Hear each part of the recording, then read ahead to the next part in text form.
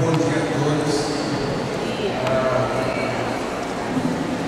Primeiro vou começar agradecendo o convite para estar nessa manhã de hoje discutindo um tema que é contemporâneo, um tema que está na ordem do dia e que, segundo todas as indicações mais prospectivas, vai definir os rumos do serviço social nos próximos anos. Dá boas-vindas a todas as comitivas de estudantes que vieram de várias partes do país, né? Dizer que eu sou recifense, mas já estou na Paraíba há um ano e meio, estado no qual eu venho construindo aí uma carreira, né, junto à docência. Mas dizer o seguinte, a nossa forma de encontro aqui, ela nos impõe alguns limites, né? Primeiro, a limitação do tempo. Segundo, a limitação da forma de abordagem do tema. Eu estou dizendo isso porque essa forma de encontro, né, do qual a gente faz uma fala breve, ela implica que a gente vai ter que cortar alguns caminhos do ponto de vista teórico e metodológico, né? Isso significa que eu vou acabar privilegiando um determinado foco de análise e vou deixar outros para uma eventual discussão no momento da abertura do debate, né? De forma que eu elegi aqui alguns pontos para que a gente possa discutir, né, para servirem de subsídios para a nossa reflexão em cima do projeto ético-político do serviço social. De maneira que o objetivo da minha intervenção aqui é meramente apontar algumas questões que são as mais cruciais. Evidentemente, não vai ser possível abordar todos os fundamentos de toda a discussão que está implícita na questão do projeto ético-político profissional. Então, já para começar essa abordagem, abreviando essas considerações, começar dizendo que o ponto de partida histórico do projeto ético-político do serviço social, que é uma construção, como vocês sabem, fundamentalmente brasileira, que nos coloca, do ponto de vista do circuito mundial, com muito orgulho, na vanguarda do serviço social mundial, né? Basta ponderar, por exemplo, as intervenções do CEFES junto à definição mundial da FIS, Federação Internacional de Trabalho Social, sobre o que é o serviço social, né? Basta observar essas intervenções do CEFES que é possível visualizar o caráter já de vanguarda do serviço social brasileiro. Resultado, fundamentalmente, da construção do projeto ético-político profissional. Evidentemente, é uma construção brasileira, mas que não se dá desconectada da orientação crítica do serviço social latino-americano construído nos últimos anos. É bom dizer que, essencialmente, na luta política contra as ditaduras que se instauraram em diversos países latino-americanos da década de 70 para cá. Então, dizer que o ponto de partida do projeto ético-político é a denúncia, a recusa e a crítica com o conservadorismo do serviço social que marca a sua gênese. A sua gênese, eu diria mais, a sua institucionalização, ou seja, a sua profissionalização, mas dizer que ainda marca, né, e de uma maneira não desprezível o serviço social brasileiro. Né? O conservadorismo ele tem várias formas e atinge vários níveis da profissão. Né? Atinge desde o ponto de vista da incorporação de algumas teorias do de pensamento social, cunhado na lógica da representação de classe, principalmente da burguesia, né?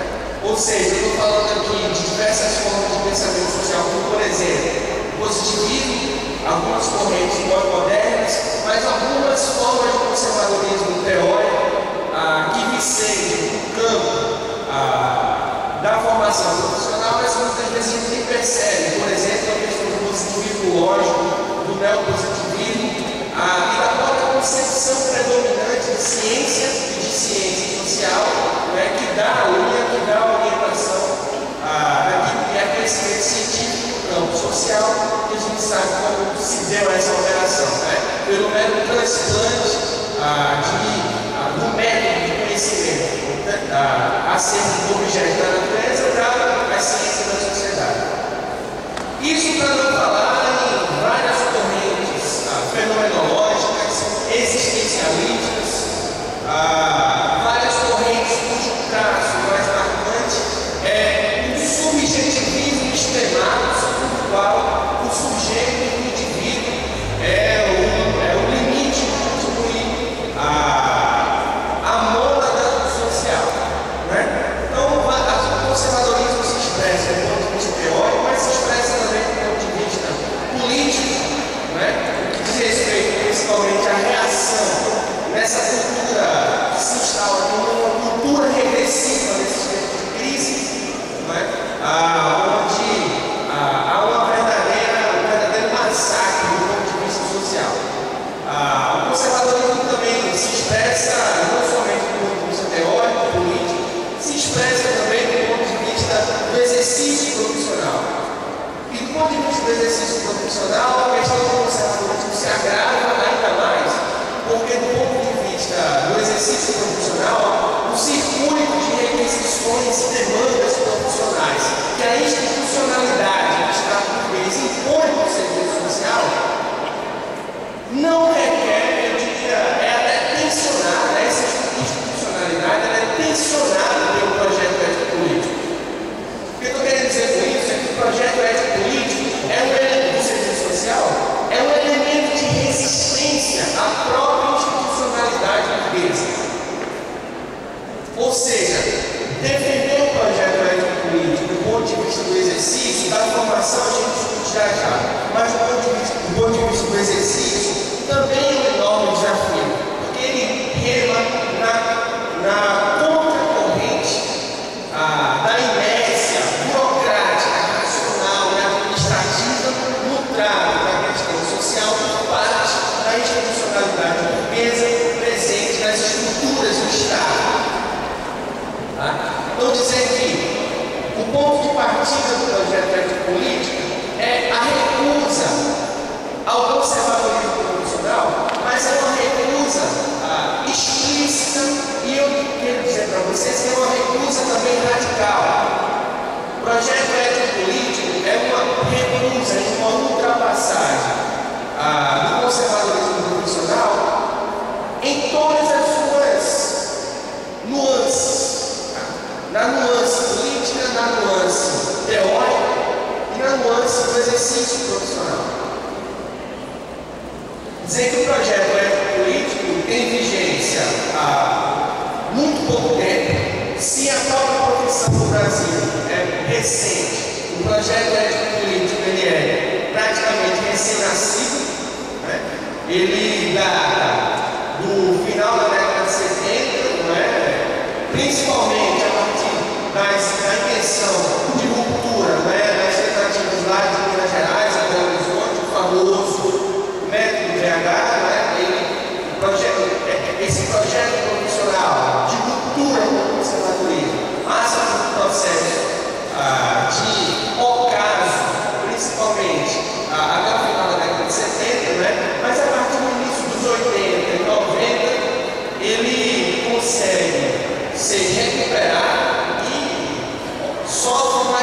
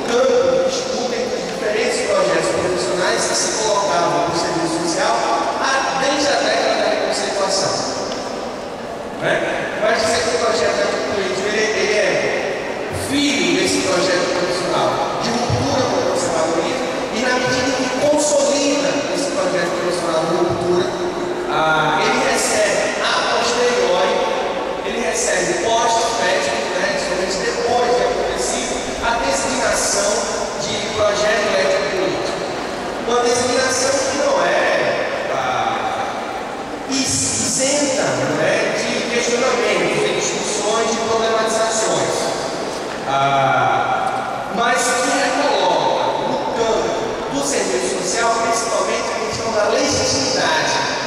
E essa questão da legitimidade é central, uma vez que o projeto ético-político passa a explicitamente, a compor com os quadros da classe trabalhadora e buscar nela, nos campos, nos quadros políticos da classe trabalhadora, a legitimidade da profissão.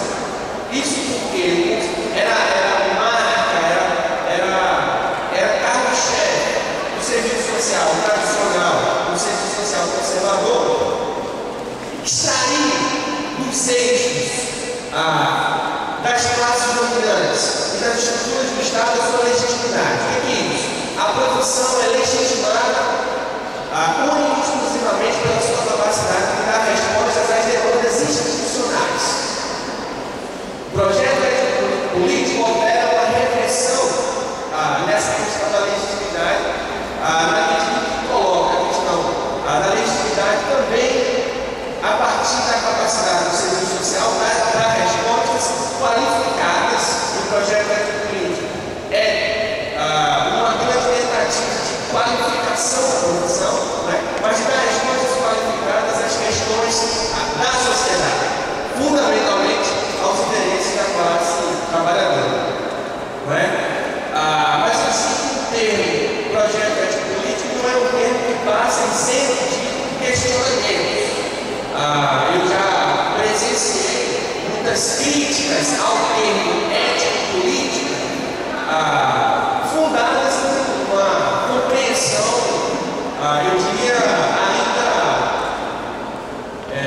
insuficiente acerca da origem teórica do termo. O termo ético-político foi criticado muitas vezes por alguns pensadores importantes do Brasil, acusando-o de ser um termo autocontraditório.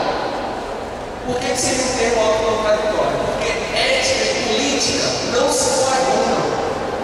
Política é, essencialmente, o exercício de dominação do homem sobre o homem, e todo exercício de dominação do homem sobre o homem não pode ser ético.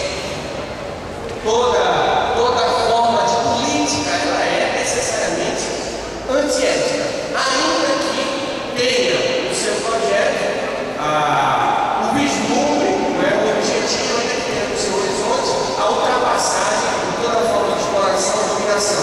Mas ética e política não podem andar juntas, porque a política ser essencialmente o exercício de dominação do homem sobre o homem, ela não pode ser ética. Esse é o tipo de acusação ao termo do projeto ético-político, como se ele fosse uma mera justaposição de termos ético-políticos.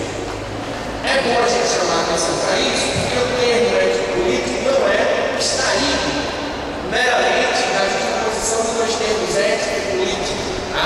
O termo ético-político ele é extraído do pensamento, como vocês sabem, gramsciano, na medida que indica a necessidade de universalização das lutas. Ou seja, na medida em que o Gramsci aponta que as lutas sociais, para que adquiram uma capacidade de luta e de resistência mais consistente, que as lutas sociais articulem-se entre si, em torno de uma pauta minimamente comum, para que ganhe maior fôlego no processo de luta e resistência. Então, o termo ético-político nesse sentido, ele é uma contraposição ao que o Gramsci chama de momento econômico corporativo das lutas sociais. E o que significa esse momento econômico corporativo? É o momento que as lutas sociais fecham-se em torno de pautas limitadas, em torno de pautas recortadas, que fragmentam tanto a realidade social quanto o seu enfrentamento. É mais ou menos o que a gente visualiza hoje, o que a gente chama de fragmentação das lutas sociais. Ontem eu lembro que já se discutiu numa mesa aqui com o professor Marcelo a necessidade de recomposição da unidade das lutas. Isso é um momento ético-político das lutas sociais.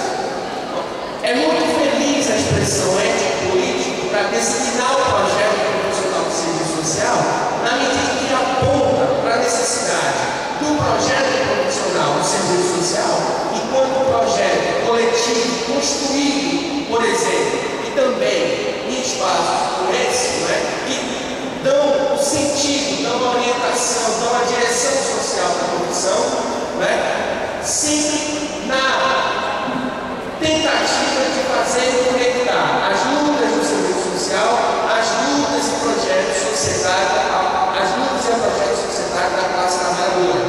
Portanto, significa ultrapassar a dimensão meramente instrumental, econômico-corporativa, administrativa, burocrática da profissão, e conectá-la do ponto de vista político naqueles que são os setores mais avançados da luta social no Brasil.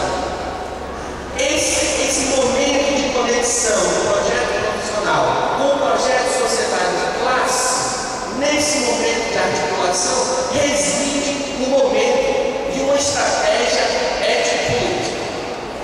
Portanto, o termo é muito feliz para designar essa questão da conexão entre o projeto profissional e o projeto societário.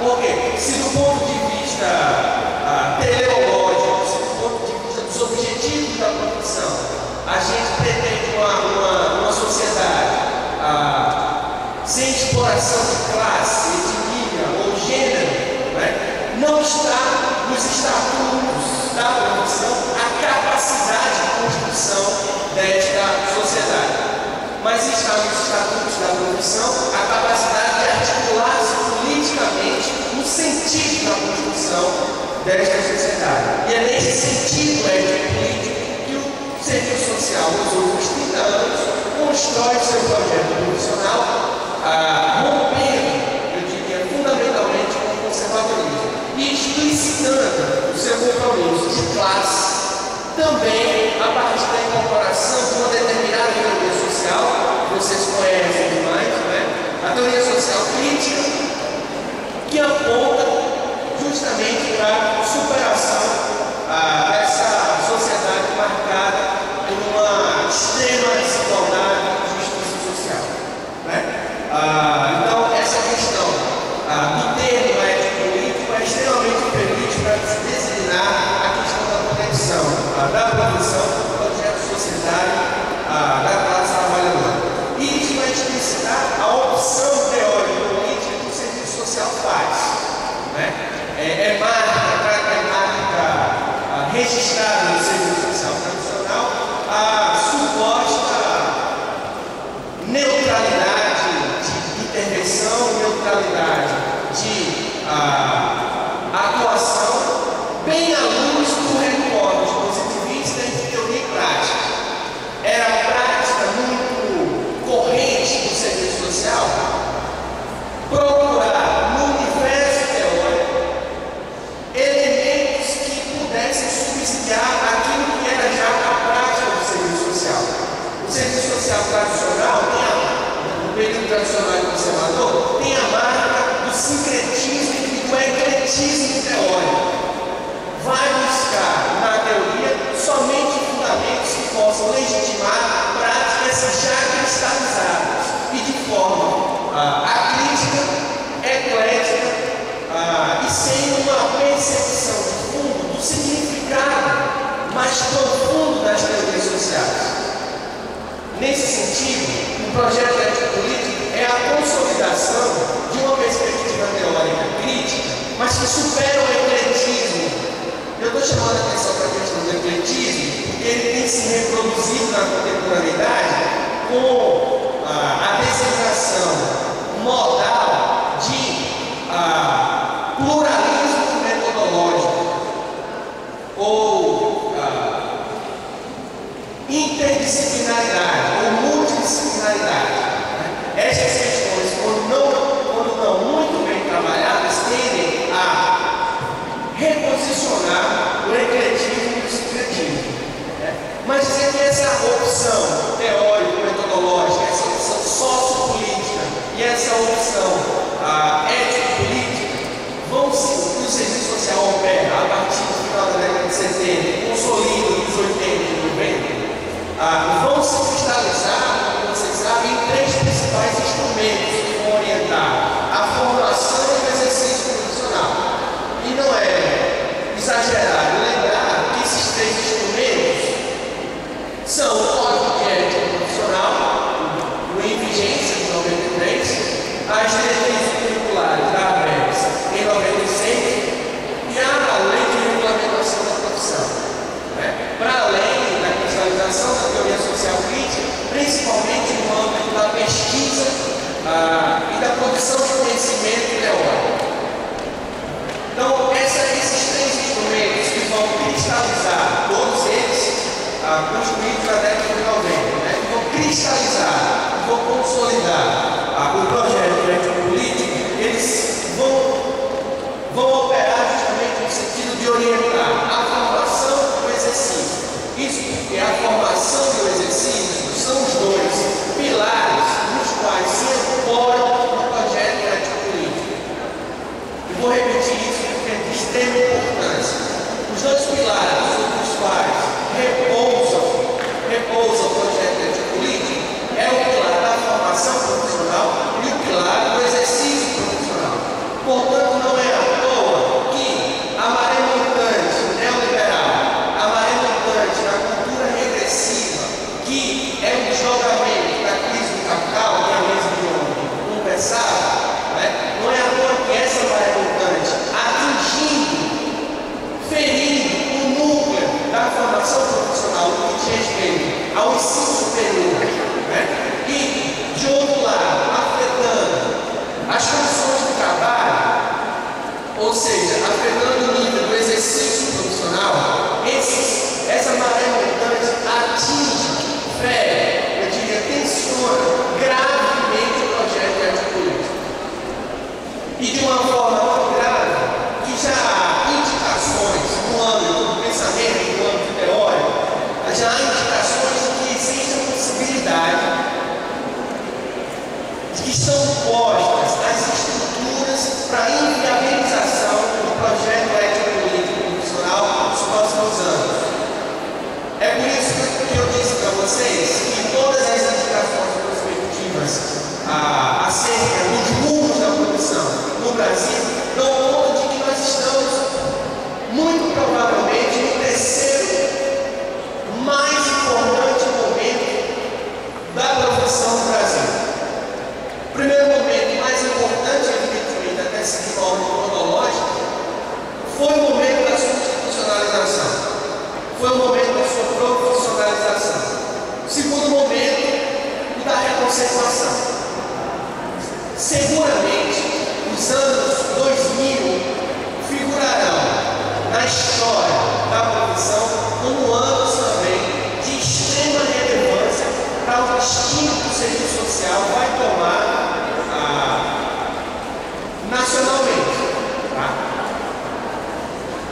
Na possibilidade da consolidação do projeto de ética política ou na possibilidade da sua reversão. É possível, e não é o que a gente deseja nem o que a gente espera, mas dadas as condições objetivas da orientação neoliberal, eu diria, da tsunami neoliberal, que se instala no Brasil, na América Latina e no mundo nos últimos anos, coloca as condições objetivas. Veja, significa que não é uma questão de vontade da produção, não é uma questão de desejo da produção. O nosso desejo, a nossa vontade, a nossa luta é que o serviço social consolide o seu projeto de ética política, porque é ele quem permite oferecer as respostas mais qualificadas à questão social. É ele quem permite a cristalização desse projeto profissional e a qualificação e a consolidação de um perfil profissional crítico propositivo e não meramente reiterativo e instrumental. Mas as condições objetivas colocam desafios que não são desprezíveis para essa condição do Brasil e colocam questões que afetam os dois pilares, o pilar da formação e o pilar do exercício. O pilar da formação é atingido principalmente a partir da profunda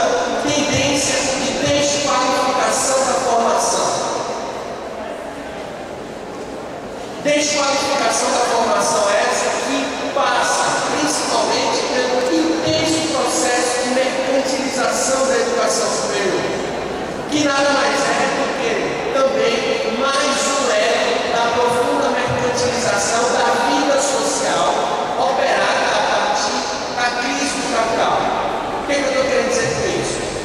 Com o capital em crise, e que é uma crise que não é nem mundo, nem ele, nem veio, nem dado, é uma crise que não há perspectivas de sua invenção. Momento de crise do capital, toda e qualquer esfera da vida social é passiva de mercantilização. Do campo do imaginário ao campo da educação, da saúde à previdência, dos direitos à política, onde tudo é transformado em mercadoria, a educação também é transformada em mercadoria. E essa mercantilização é o que está subsidiando o processo de desqualificação da formação profissional.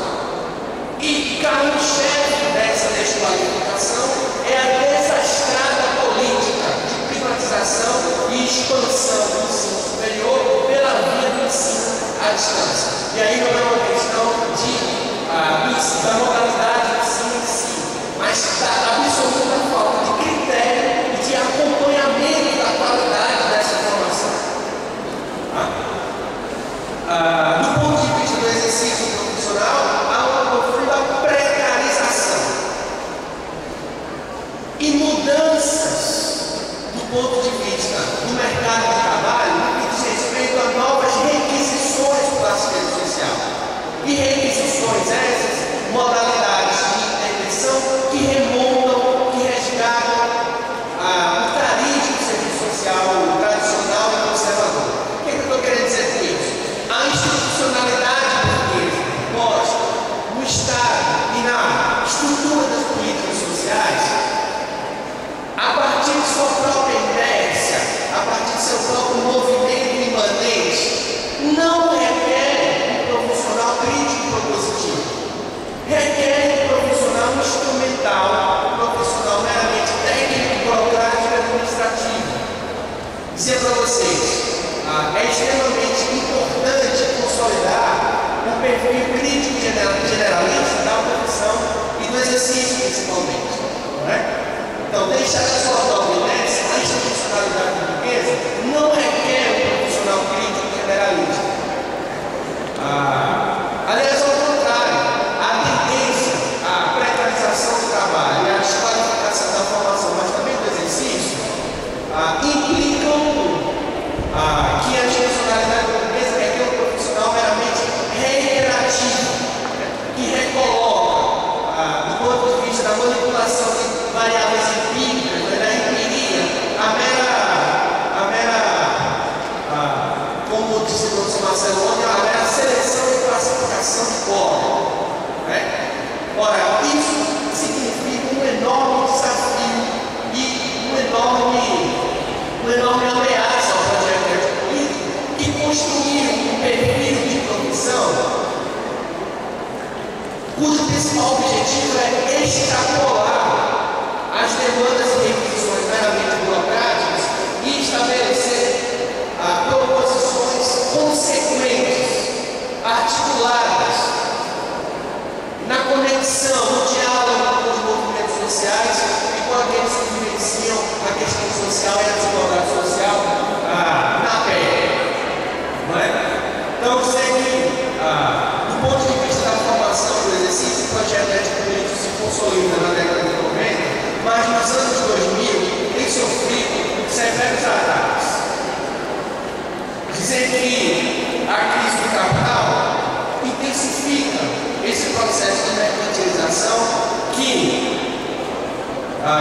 coloca 4 desafios extremamente importantes, e aí colocando de forma mais direta, coloca desafios extremamente importantes. O primeiro deles é a intensa mercantilização da vida social, que eu já discuti com vocês. E essa intensa mercantilização da vida social responde por estratégias, por tentativas de recomposição das taxas de lucro desse capital em crise constante. Por isso dizer que a crise não é nem nem V, nem W, a crise é constante e centrífuga. O que é isso? A crise do capital, a crise contemporânea do capital, que já dura 40 anos, os autores mais consagrados na teoria social crítica, essa crise não porta a possibilidade de saída. Ela porta meramente a possibilidade de postergação de limites absolutos. Não, essa crise do capital mercantiliza todas as esferas da vida social na tentativa de achar novos nichos de mercado que possam responder pelas necessidades de valorização do valor. Então, numa sociedade cuja máquina motor é a acumulação do capital, toda forma de valorização ela é válida, ela é legitimada social e politicamente por essa sociedade que é a riqueza, né? E a gente muitas vezes vai sendo levado pela inércia, né, a achar que isso é natural. E isso tem uma implicação muito grande no motivo da cultura.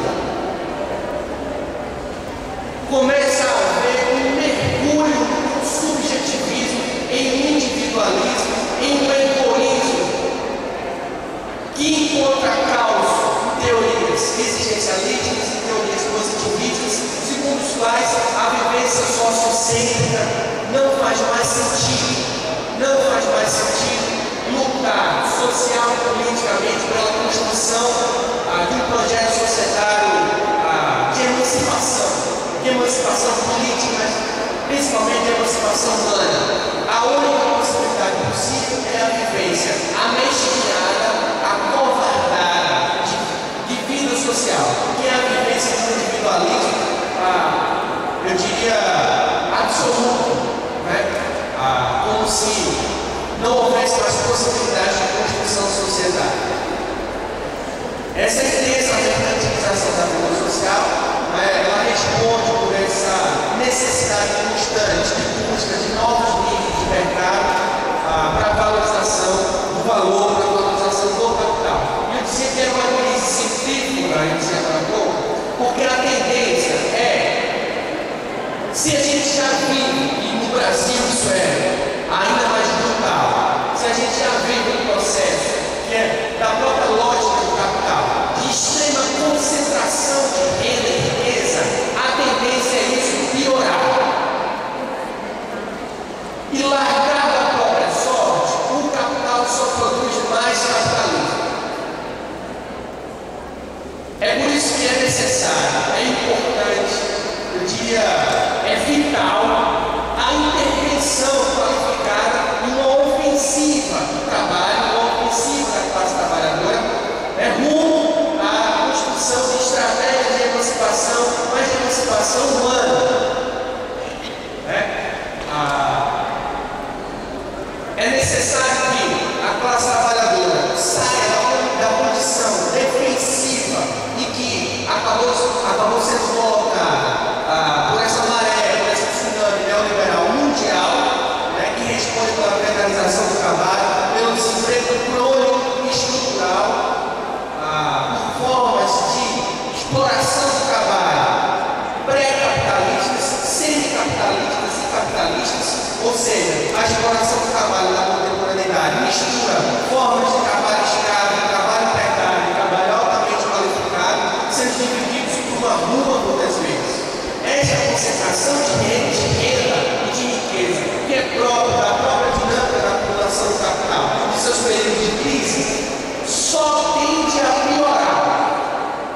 Daqui para frente, a renda vai ser cada vez mais concentrada e a riqueza cada vez mais concentrada também. Porque o Marcelo já dizia ontem, um fenômeno que o Mandel já apontava, a supercapitalização, ou seja, a superprodução de capital e de riqueza, dificulta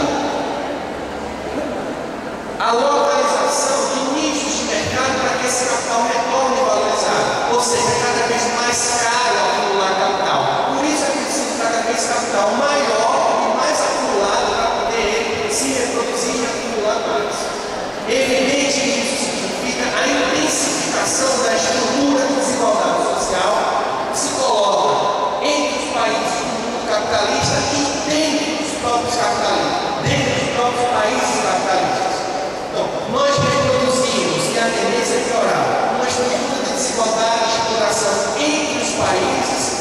intra-países, e entre as classes, e entre as raças, e entre o gênero.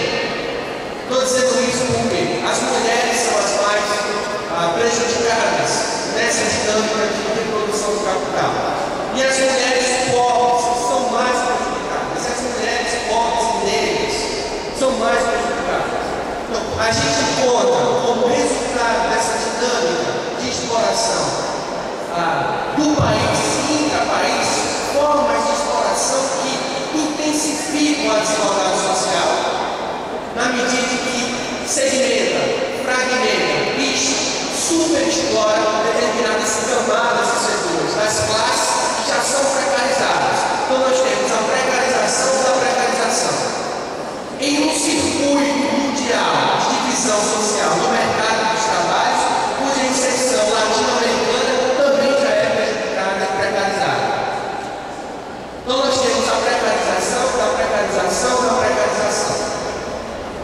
E do ponto de vista do serviço social, essa precarização atinge, fere, ameaça de morte o projeto ético-político. São desafios que estão postos na dinâmica societária e são desafios que estão postos nos próprios quadros de serviço social, na medida que a vaga conservadora tende a reatualizar o conservadorismo na instauração de um padrão de racionalidade formal do Estado que segmenta, que fragmenta, que reproduz a própria estrutura e a dinâmica do Estado do Unidos. É por isso que o positivismo casa direitinho com a institucionalidade burguesa.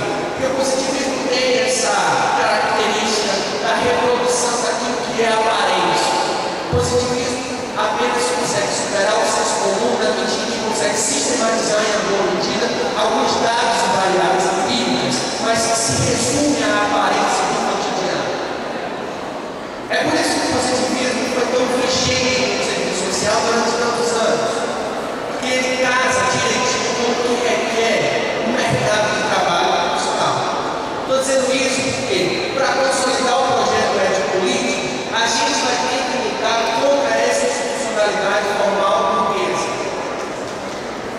O serviço social vai precisar continuar sendo, o assistente social vai ter que continuar sendo um aguerrido lutador social.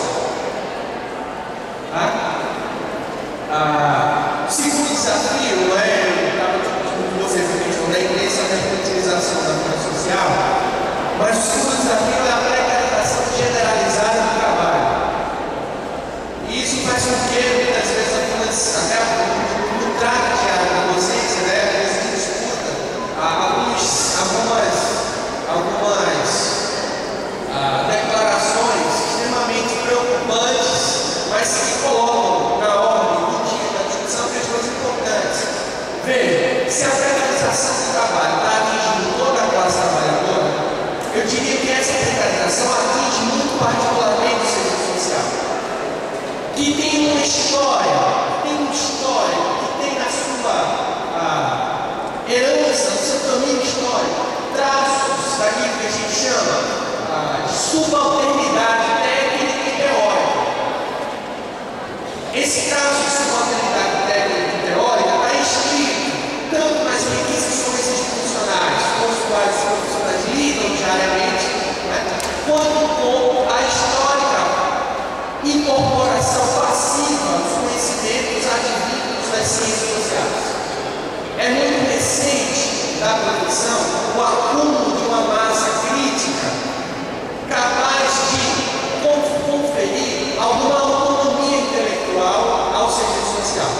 Autonomia que não significa autorreferência, que não significa corte absoluto do conhecimento produzido no âmbito das ciências sociais. O serviço social não vai, nem pode, estruturalmente, produzir uma teoria do serviço social. E o serviço social não vai nunca virar uma ciência.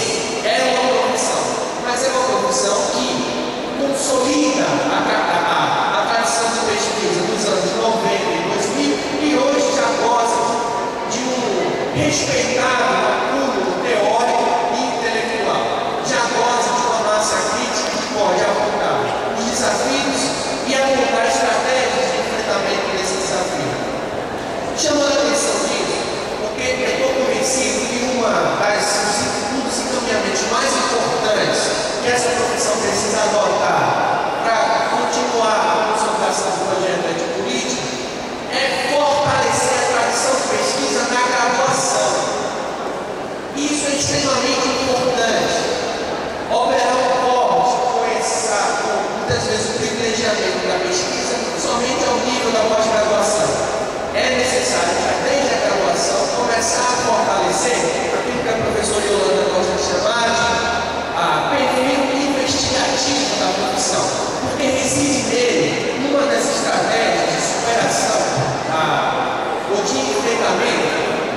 esse processo de precarização do exercício da formação. Ou seja, extrapolar no âmbito também da pesquisa demandas já tradicionais. É preciso sintonizar os estudantes das assistentes sociais com as questões mais candentes e centrais da vida social, consolidando também uma atração de pesquisa na graduação. Eu disse que o primeiro desafio é a intensa mercantilização da vida social, o segundo, a precarização generalizada do trabalho, que atinge de forma muito particular o serviço social, mas o terceiro desafio é a intensa destruição dos direitos. O quarto desafio, um momento de luta regressiva e desarticulação das lutas sociais. Essa cultura regressiva se expressa naquilo que o educador, que eu esqueci o nome dele, colocava como uma questão muito importante, que são novos movimentos de ultradireita, movimentos de xenofobia, racismo, homofobia. São questões que, aparentemente desconectadas, resultam desse processo de precarização da classe trabalhadora em nível mundial e que acirra contradições de classe que muitas vezes enreda a sociabilidade e a gente nem percebe, né? Estou dizendo isso porque alguns autores já estão colocando a possibilidade de que essas condições objetivas postas na formação, no que diz respeito à desqualificação dela e na precarização do exercício, já colocam a possibilidade de inviabilização do projeto ético-político. Estou querendo dizer com isso o seguinte, o projeto ético-político foi construído, foi consolidado, mas não está dado de uma vez para sempre. O projeto ético-político requisita para sua permanência na produção de ações concretas, de estratégias de consolidação do perfil crítico generalista, da incorporação qualificada da teoria social crítica e do pensamento social do Marx, da crítica da economia política. Isso não é uma questão de petição de princípios, nem de religião e nem de meramente ideologia, mas é que a crítica da economia política é o único pensamento teórico capaz de desvendar as teias, os fios invisíveis que recobrem a sociabilidade portuguesa e reproduzem essa estrutura de desigualdade, de injustiça e de barbárie social. Algumas estratégias que eu penso que são importantes, algumas questões mais imediatas, mais diretas, eu elegi aqui a partir de uma revisão que eu acabei fazendo, né? Quatro. A primeira é transcender as meras requisições institucionais, transcender a mera reposição das requisições colocadas, das demandas colocadas pelo mercado para o profissional, ou seja, extrapolar a mera competência técnica. Um assistente social crítico e propositivo não é aquele que meramente sabe fazer. E tem muita gente que pensa que é isso. Aliás, tem muita gente que espera disso. Aliás, tem muitos estudantes que acham ruim quando muitas vezes o professor coloca questões mais gerais. O estudante fica naquela ânsia de querer aprender como vai fazer. Como é que vai fazer? Não é somente isso, não é somente a competência técnica que coloca a consolidação do projeto ético-político. É a competência técnica, mas é a competência teórica também. É a capacidade de desvendar mediações postas nas contradições de classe e nas correlações de forças que conformam o elo do exercício profissional. É essa capacidade de desvendamento dessas mediações e a exploração dessas possibilidades, a exploração delas, a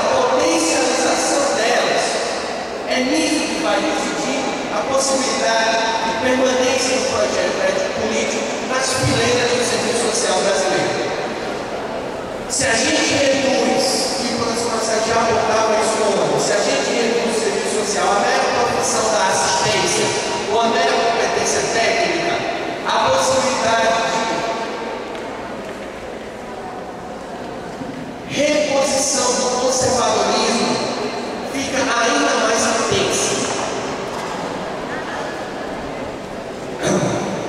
A segunda questão é fortalecer a organização política do conjunto CEPES 10, EBEC, ABEPS, ENESO e movimentos sociais.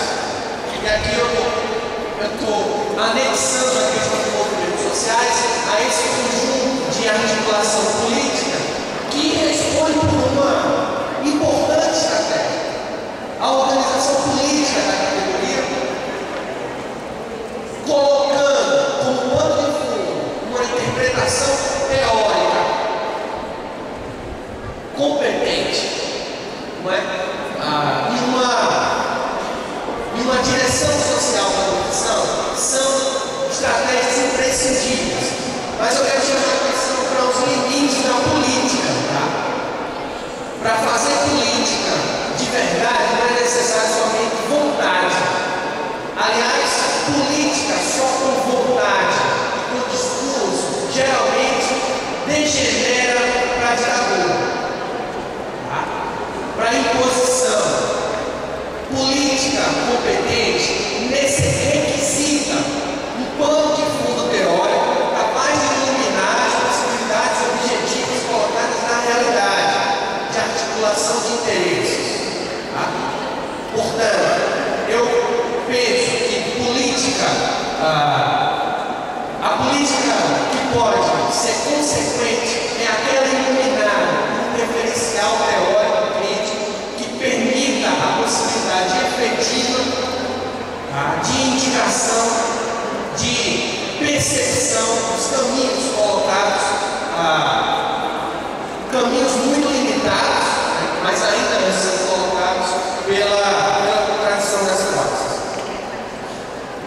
Uma terceira estratégia que é fundamental é o amadurecimento de uma massa intelectual crítica radicada no pensamento marxiano que não caia na cilada do ecletismo. É muito comum o ecletismo porque muitas vezes a gente não tem domínio no campo teórico e pensa que é possível casar Durkheim, Anthony Giddens, Alain Delon, Marx, grandes empresários e colocar tudo no mesmo saco. Não dá. Tá? Isso não significa unilateralidade teórica, mas significa que é preciso atentar no ecletismo, porque ele é extremamente sinuoso, tá? E pode entender a reposição do conservadorismo. E construir, eu já tinha adiantado, mas eu vou conseguir construir uma tradição de pesquisa no âmbito também da graduação, eu penso que seja extremamente importante, porque se do ponto de vista da graduação a gente já vem consolidando e amadurecendo essa massa crítica, no âmbito da graduação é extremamente importante começar a construir essa tradição de pesquisa e amadurecimento teórico e intelectual. Para finalizar, eu queria dizer que o projeto ético-político ele não se sustenta por um ato de vontade, senão por um conjunto de ações concretas e articuladas, imprimindo uma direção social estratégica para a produção, que aponta no sentido da emancipação humana, mas que para isso é indispensável, é requerido, é necessário a articulação com o projeto de sociedade crítico da classe trabalhadora. Okay? Era mais ou menos isso.